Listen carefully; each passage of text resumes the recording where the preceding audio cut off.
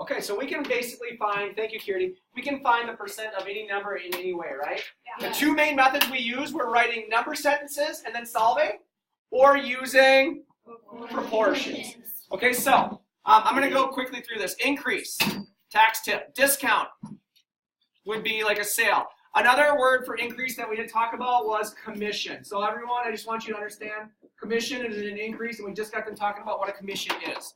What does of mean, you guys? Multiply. What does is mean, you guys? Equal. Equal.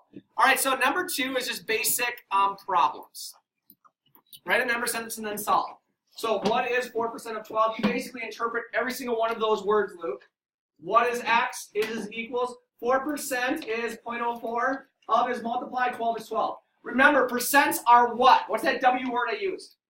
Percents are weak. Can you ever calculate with percents? No. You may never, ever, ever, ever, ever calculate with percent. So that's why this 4% has become 0.04, because 0.04 is the decimal conversion of 4%. Got it? Got it. Okay, so when you look at all these problems, you are never, ever, ever calculating with a percent. It's always converted to a decimal.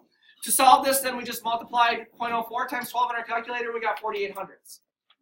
B, same thing. We ended up with 12 hundredths times 72. Typed it into our calculator, good to go. C, same thing.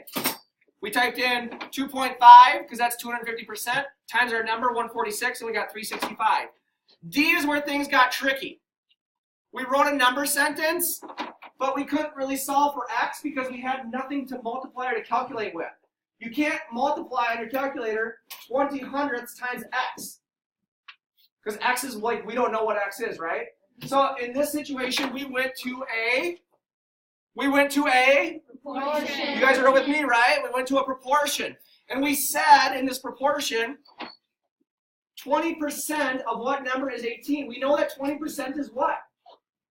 What is 20%? 18. So we wrote 20% is 18, and that's going to be equal to 100% of our unknown number, right? Yes. 100% of our unknown number, and then we found our bubbles, and we're good to go.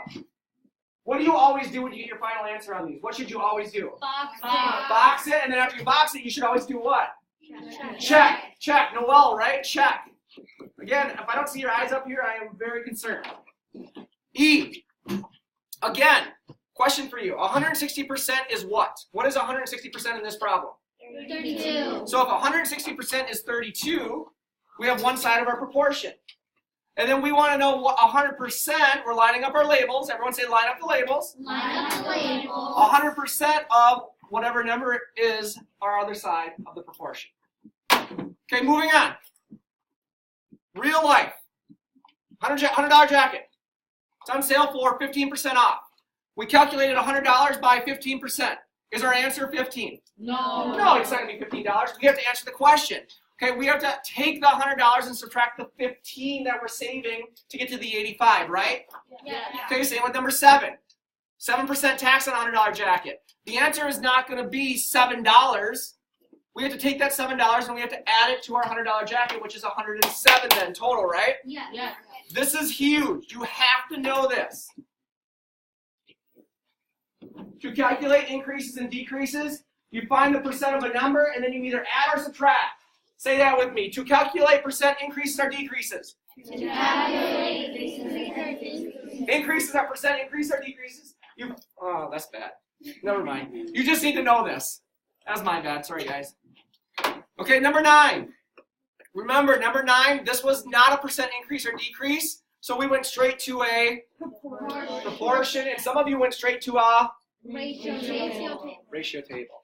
Okay, again, I repeat, you have to be able to understand, or you have to understand what number 8 means. Good luck.